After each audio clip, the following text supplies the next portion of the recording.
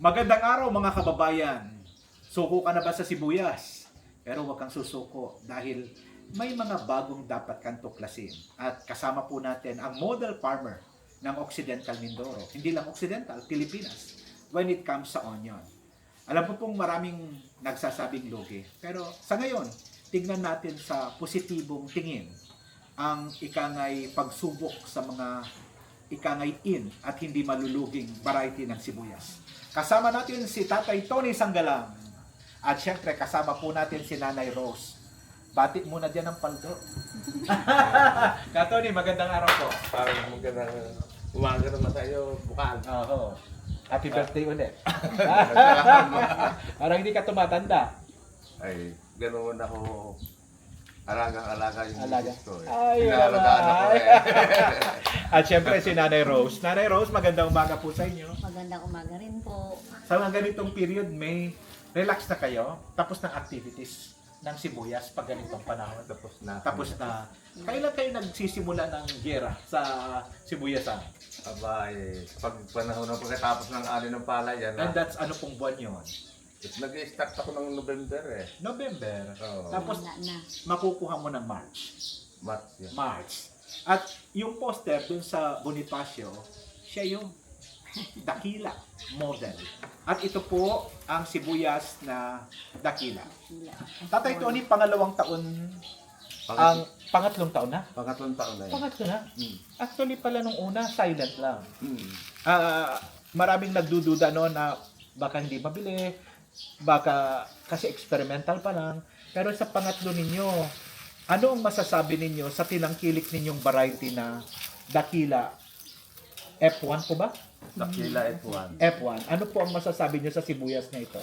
Ang masasabi ko sa sibuyas na ito, sa Dakila F1, napakadaling alagaan. Ikukumpara sa ibang boto ng sibuyas. Bakit kamo? Hindi pwedeng abono ng abono at patubig ng patubig. Konting abono lang ang kailangan niya at tubig dahil hybrid yan. Oh. Pag ang hybrid, siyempre malalaki ang katawan niya at dahon. At malalaki rin ang ugat. Siyempre, kailangan din, wala namang magaling na boto kung ang lupa mo ay may problema. Priority ko sa lupa ko, gaya ngayon, no? Nakagayak na para sa buga ng munggo. The best yan. Kailangan bago mo magtanim ng ibang mga variety na katulad ng ating sibuyas, soil analysis the best. Para kung ano ang kailangan ng iyong halaman, siya mo kung bibiling abono. Ganun ang ginagawa ko. Bago ako magtanong ng iba pa sa sibuyas, nag-post ako kasi maganda yung sinabi niya. Kailangan malusog yung lupa. Hindi taken for granted yung lupa. Ngayon, nabisita ko sa likod. Planchado na. Naararo na. Pero nagtataka ako, akala ko, palay ang itatanim niya. Narinig po natin sa pangalawang pagkakataon. Noon kasi, narinig ko na yon. Munggo ang itatanim niya. Bakit po munggo ang itatanim ninyo? Hindi yung kadalasang sibuyas, palay. Bakit po munggo ang itatanim nyo? Pag tinaniman mo na yan ang munggo, ang epekto niya sa lupa ay maganda. Green manure ang tawag doon. Pag ikaw ay nagtanim ng munggo, hindi mo na kailangan mag-abono sa palayan. Pag nag-stop ka ng abono sa palayan, nakaka-relax yung lupa kahit tumanim ka ng palay. At huwag mo na rin gagamitan ng abono. Dahil hindi ka makikinabang sa palay mo at dadapa. Oh. Mataba yung munggo. Pero itong lupa mo dito, natataniman mo ng munggo, intended lang ba para sa sibuyas? Hindi rin. Para sa palay din yan. Pero, aanib po, itong munggo, ilang months po ang hihintayin? Hindi na month. 45 days lang. Kailangan baon mo na siya para palay naman ang kapalit. 45. Pabubulaklakin mo siya. Yun pala. Nire-recommenda mo din bang maging practice ito ng mga kababayan natin? Marami ng farmers na gaya ko na gumagaya. Yeah. 45 days, hindi mo kailangang hintayin yung talagang laking-laki. Hindi. At hindi para maging konsumo mo ang bunga, kung hindi konsumo ng lupa. Sa lupa, kailangan mo maiwan sa lupa. iaararo yon. Pagkatapos nun, ay palay na. Palay na. Pero ang sabi mo, huwag mag-a-apply ng abono. Ulitin ko po, hindi talaga mag-a-apply? Hindi pwede mag-apply. Kaya yung tamang-tama na yung munggo na inilagay mo sa lupa. Kahit minsan? Kahit minsan. Pag in-apply mo yan ng pataba, hindi ka na makikinabang dadapa. Sa duration ng palay life, walang abono. Wala. Sapat na yung munggo na binaon mo, inararo mo para pataba ng lupa. Makakamura ka. Kaya nga yung sabi nilang 10 piso ang palay, panalo pa rin ako doon. Unang-una, papaliwanag ko, libre ang similya, bigay ng DA. Oh. O sa 20 days na nagagaya ka at nakatanim ka, kunti lang ang gastos mo doon kung walang ulan. O, di malaking bagay na yun. Pagdating naman sa sibuyasan, napakadali mo igayak dahil tuyo yung lupa mo. Aha. Buhaghag na naman yan. Aha. Naka-ready na uli sa sibuyasan. Kaya ganoon ang practice ng pagtatanim ko ng palay at sibuyas. So yung 45 days old na yon, yan ay good na para sa sibuyas at palay. Palay at sibuyas. So hindi ka na magtatanim uli ng munggo after ng patayin mo yung ano. Hindi na palay na yun. Ano na. Pagkatapos ng palay, buhaghag na, sibuyas na. Sa sibuyas na yun. Pagkaano ng palay, sibuyas na. Sibuyas na.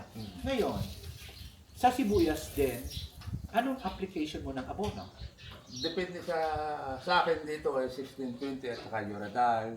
Pinasoil analysis ko ito noong araw.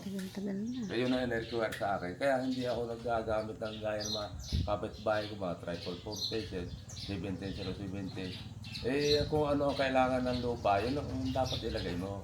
Sa soil analysis, lalabas kung ano ang kailangan ng lupa. Lalabas yan. Very scientific ang approach mo. So, tatanungin mo, titignan mo yung result. Ano ang kulang? Yun lang. Yun lang. Hindi pwedeng Gaya-gaya. lalagpas. Hindi lalagpas. Ang galing. Scientist ka na. Talagang okay ka na. Ngayon, nung niyakap mo, balikan natin si Dakila. Parang noon, ang hirap ng buto. Parang hindi pa available sa market. Hindi. Ngayon ba available na ito? Available na yan dahil marami ng boto na galing sa Amerika na dumating dito sa atin para pamahagi sa mga ayaw kong farmer. Medyo mahal, of course. Yung mahal na konti, bawi mo naman sa input. Okay. Sa isang lata rin ba ang sukatan dito? Sachet. Sachet. Sa isang sachet, magkano? Sabi nung nag-ano kami dito, maaari 4.7. Pero sabi nila, mababawasan pa hanggang 4.5. Sabihin natin, 4.7. Sa isang hektarya, ilang sachet ang kailangan? Depende sa klase ng lupa na pagtataniman. Kung gaya dito sa akin, 10 yan. 10. Dahil malapat ang plat, malayo ang ikutan ng tubig, ay kailangan mong magdagdag ka. Hindi gaya ng ibang area, maliit ang ikutan at maliit ang plat, magastos sa area yun. Yung traditional na tinatanim, ilang buto ang tinatanim nila kada hektarya? 20? 12? Sa ibang probinsya, gano'n. Ganon. Pero sa Dakila, sachet, 12. 10, 12. 10. Depende sa klase ng pagpapatanim. Pero ang katumbas ba ng 10 na sachet sa lata, ilan yun? 400 grams din lang yan. Pareho din. Pareha. Parehas din. Oh. 4.7. Yung traditional, magkano? 2.7. 2.7. Pero sabi nga natin, bawing-bawi. Ngayon, ilang buwan ito? Itong na-practice ko, itong huling tanim, kasi sabay nila ng super at karipino. Okay. Sa, Tumatagal lang ang sibuyas na pag-aalaga. sa isang Depende sa pag-aalaga. sa isang hektarya, ilan ang na-yield ng 12 sachet mo? Yung una kong tanim nung ma-harvest, ilan na yun? 996. 996. Itong nakaraan lang ito, yun doon, sa dulo. Oho. Yung unang pa-harvest festival namin. 996. 996.8. Alam mo, pati yung talagang pati puntos. Sa 996, ilang kilo ang isang red bag? Ilan? Kasi 996 times, 28. Mm. Pero pag pinasok na po sa storage, 27.5 kilo. Aha. Yun sa 996 kilo. Ay, 996 red bag times 28 yun. Yun ang Ayun. total ng tons. Kung ilan Oho. yan. So ngayon, balita ko, mas matagal daw ito sa storage. Mm. Matagal. Nasubok mo na. Nasubok na. 2 beses na. Ilang buwan ang itinatagal nito? Nung una pinasok ko, December 10, nung ilabas ni Ma'am Abreu, Nidi Abreu, siya ang buyer ko eh. May buyer ka. Oo. Bago nung pangalawa, September inilabas na, tag-close na yung WBI. Kaya napaaga. Napaga. Pero yung matibay pa talaga. Ang life nito, kayang tumagal ng siya. December nga, December Ah, 10 nga eh, mula ng March 20 namin ipasok nun eh. Eh kadalasan kasi, pag December, ubus na yung stock. 9 months. Doon sa, kaya kailangan ng maghanap ng sibuyas. Mm. And by that time, maganda ng presyuhan. Saka ano, matibay talaga, ginanong para nga ni Ma'am Nede dahil siya bumili. Siya matiga, Oo. bago pinagkumpara niya, hindi ko sasabihin variety, baka Oo. sasabihin Oo. naninira ako. Oo. Matibay talaga. Pero pag December, magkano ang presyuhan? Depende naman eh. Kunyari, yung huli na... Noon, Oo. nakabinta ko na 2.5 no? 130. Wow. 2,500 no? That's divided by 20. 25 na lang po yun. So, ilan na yan? 100 per kilo. 100. 100 per kilo no? So, worth the waiting, no? Kaya, locally ka lang nag-i-store. Kaya, ang galing, ano ho? Ibig sabihin ay, hindi ka natataranta, full na full. Sa mga peste, kasi, Matibay man yan. matibay ba? Mm. O ngayong taon, anong naranasan mong sakit? Meron ba? Yung nitong huli na, yung akala ko mauubos yung nung akala ko pagkatlong araw nagsabog ako ng abono, umulan. Pagkatlong araw, umulan na. Oo. Akala ko mauubos dahil napuno eh. Okay. Katutubig lang. Oo. Napakatibay pala itong dakila. Oh. Nasubukan ko, tumawag ako sa opisina eh. Kinabahan ka? Kinabahan ako eh. Sabi ko, Sir Alex, patay tayo dito, wala na tayong demo. Bakit? Umulan. Puno ng tubig. Bagong abono, pangatlong araw, mula. Eh, inabot ang 5 days ulan ng ulan. Awa ng Diyos. Lumaba, kaganan, di ba niya pinansin yung ulan? So, bakit dakila talaga. Bakit kaya? Siguro, Yung buto niya, yung buto niya, maresistensya. maresistensya. Oo. Siguro, siyempre, nananalangin Oh, tayo. sa panalangin sa Diyos, Pangunguna talaga yun yung panalangin. inobserbahan mo. Wala ka nakitang indikasyon. Pero, sa normal na tanim, kapag kaabono mo, tas umulan, apaw, anong mangyayari sa halaman mo? Kung mahina ang itinanim mo, sigurado yun. Tatamaan niya. Wala ka nang aasahan. Wala na ata. Pero, sa Ayan. dakila, Lumaban talaga. lumaban. Oo. Yung mga kasabayan ko, hindi ko naman sinisira. Oo. Naburit eh. Yan hindi. Naborit. Oo. Tinamaan talaga. Oo. Ano pa yung tip mo para ano pa ang natutunan mo ngayong taon na bago? Well, sa water management, kasi ang sabi mo, pwedeng umabot sa ganitong laking-laki. Pero may nabanggit ka, kinontrol mo. Kinontrol. Para sa tamang size. Bakit kailangan kontrolin? Dahil Sa taste ng market? Para mag-fit doon sa mga bumibili? panahon, kaya kinontrol ko yan, panahon ng lahat ng itinanim na sibuyas, malalaki. Mino-monitor ko eh. Oo. Sabi ko, sasabay ako sa malalaki pa. Baka naman ako eh, mahirapan magbinta. Okay. Buwasan ko ng abono Okay. at patubig. Sa 5 patubig ko, 6 na. Kadalasan. Kung kailan nagbawas ako ng pag-aalaga, nadali ang kanyang pag-aani. Sumabay sa super cost. Yun tinuro sa'yo yun or simple analysis lang? Wala naman nagturo sa akin eh. Siguro, bigay na Panginoon niya na sabi ko, yan, tulungan mo naman ako. Galing. Ganun lang. Kanya-kanya ang galing ng tao pero sa'yo, ang maganda, hindi mo ipinagdadamot. At ang maganda pa, nagkakaroon ka ng environmental scanning. Ano bang trend? Ano bang tinatanim nun? Puro malaki. Eh kung makikipagsabayan ka puro sa malaki, anong mangyayari sa'yo? Eh di, wala na ako kikitain. Pare-pares na malaki. Okay. Mm. Kinontrol mo. Kinontrol ko. Pwede palang makontrol. Akala ko, pagustuhan siya. Kung ano ang talagang size niya, iyan ang lalabas. Hindi din. Hindi rin. Makokontrol mo siya. Mm. Yung tubig at abono. Tubig at abono. The more na abono, the more na tubig lalaki. Mm. Mas less ang gastos, Oo. perfect ang size. Mm. Ayun. Ayan ang pinaka Maliit lang magandang. gastos niya. Sabi ng iba, napakamahal man niya ang boto. Hindi, bawas naman sa import. Oh. Eh kung minsan nakakahiyang magtanong sa mga alam mo, mga ginastos, ano? Pero dahil open tayo para alam mo, inspiration sa mga nanonood yung ginawa ni Katoni sa 1 hektarya. Magkano ang gagastusin mo sa dakila? Sila lang nakalas pa sa'yo. Ang nanay Dito ang sa bookkeeper. point 8, maliit lang ang gastos namin. Magkano? Pati yung buto, Kita mo magkano? yung kinita nung katulong ko, labas gastos sa atin. Aha. Yung 200, Nung maalis ang bala niya, 219 ang nauwi niya. 219. hindi lang yung pinagpartihan.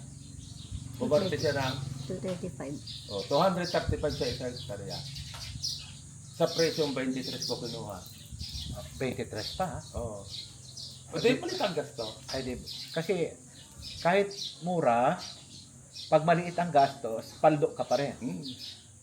Malaki ang gastos, mura ang sibuyas, lugi ka. Lugi. Ayan, magkalit ng dakila. Ay, Ay, pagdaki- oo. Oo. Tumama lang. Kasi Pero- kung minsan, di ba, yung mga, kasi wala na masyadong dakila dahil na-storage na. Hmm. Ang sabi nila, mga gagastos ka daw kada hektarya ng 300,000. Hindi ako naniniwala doon.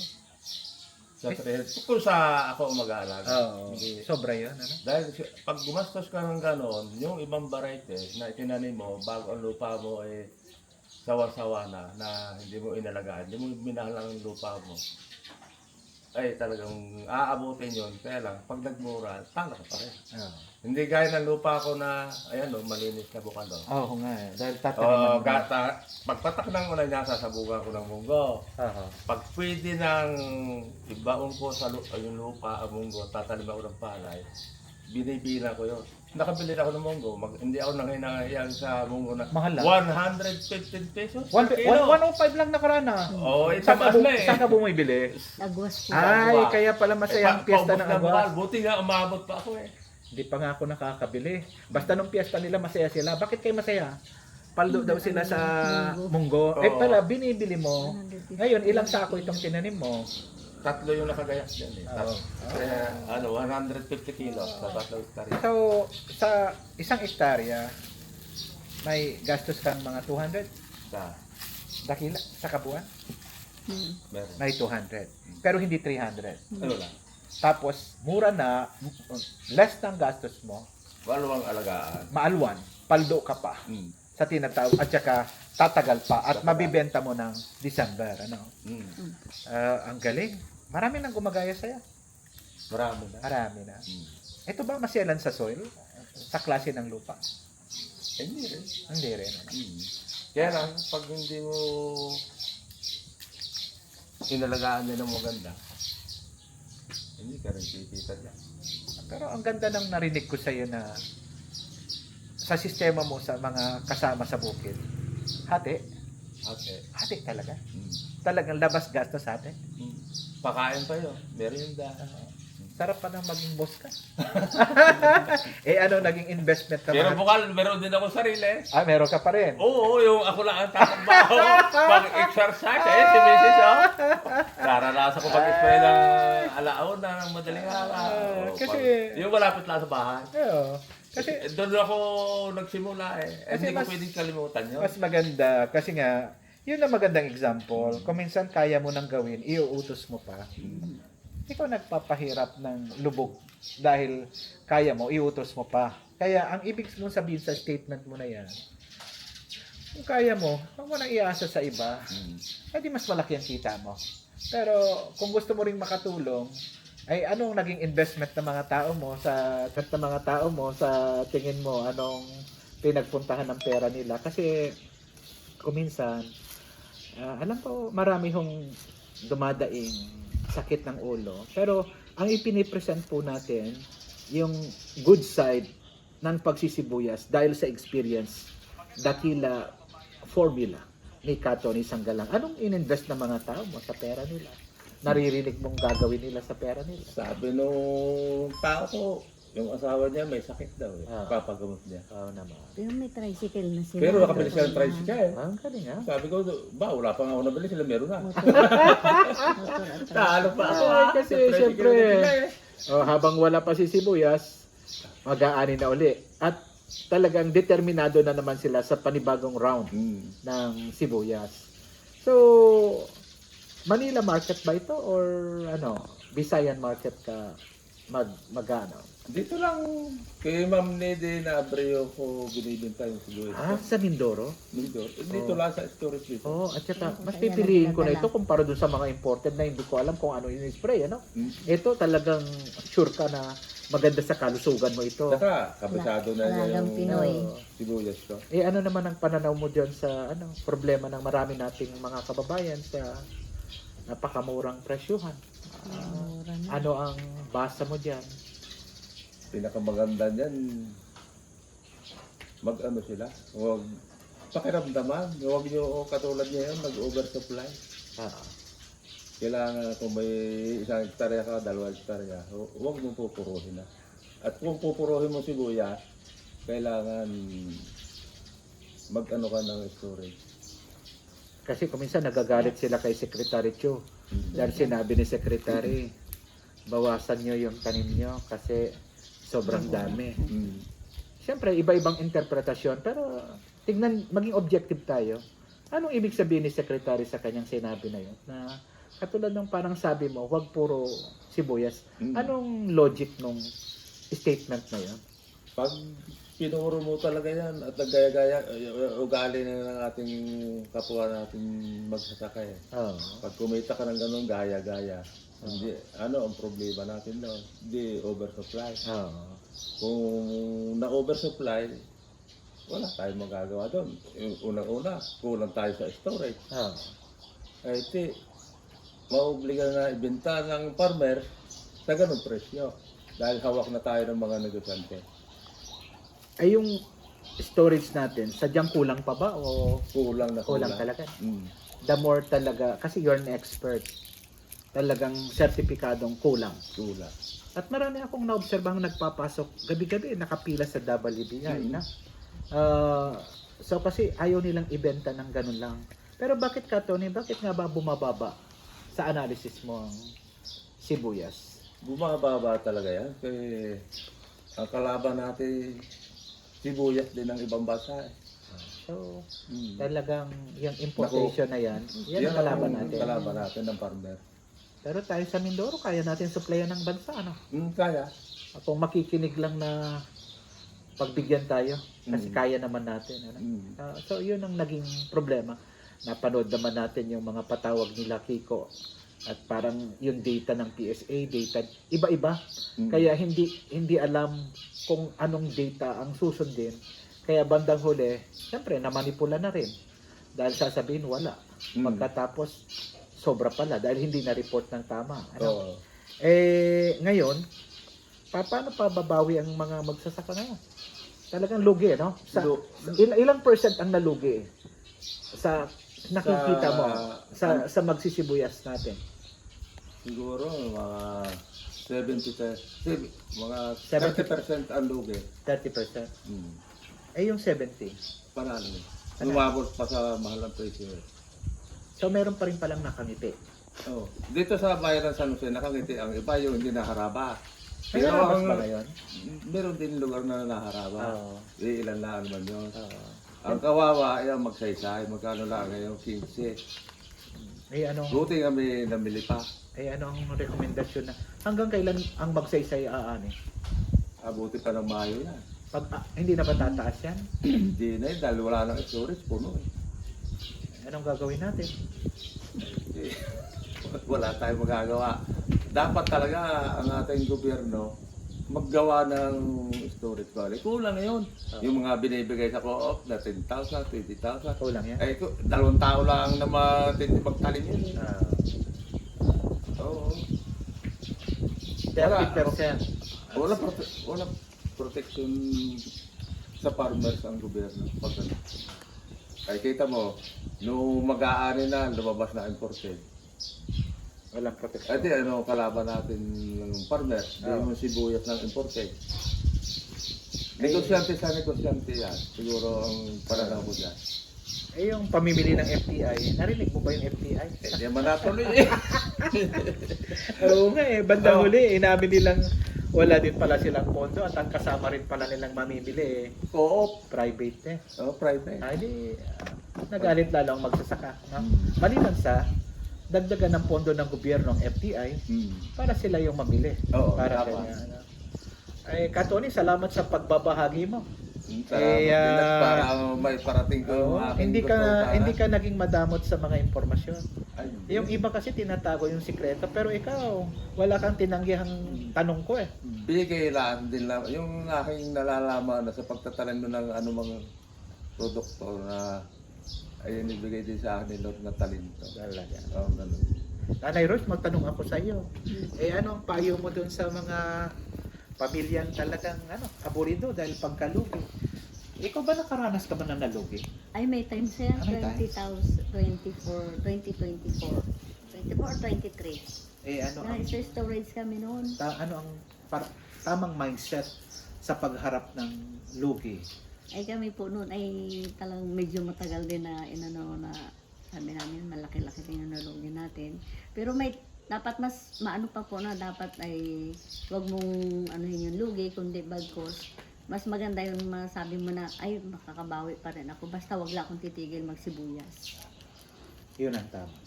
Katoni, anong mensahe mo sa mga magsisibuyas na kabaro natin?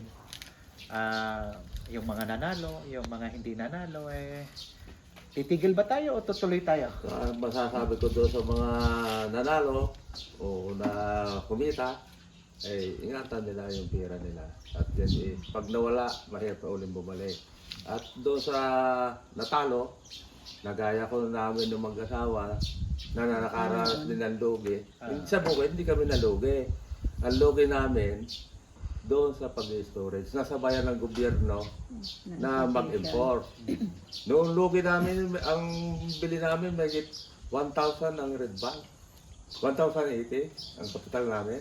Noong ilabas namin, 700 na lang. Mas malaki pa ang binayad ko sa storage kasi kinita ko yung bumalik. Talagang, pero tuloy-tuloy. Magtanim uli, dala uli sa storage. Awa naman ng Diyos. Yung lugi namin na medyo nakabawi-bawi.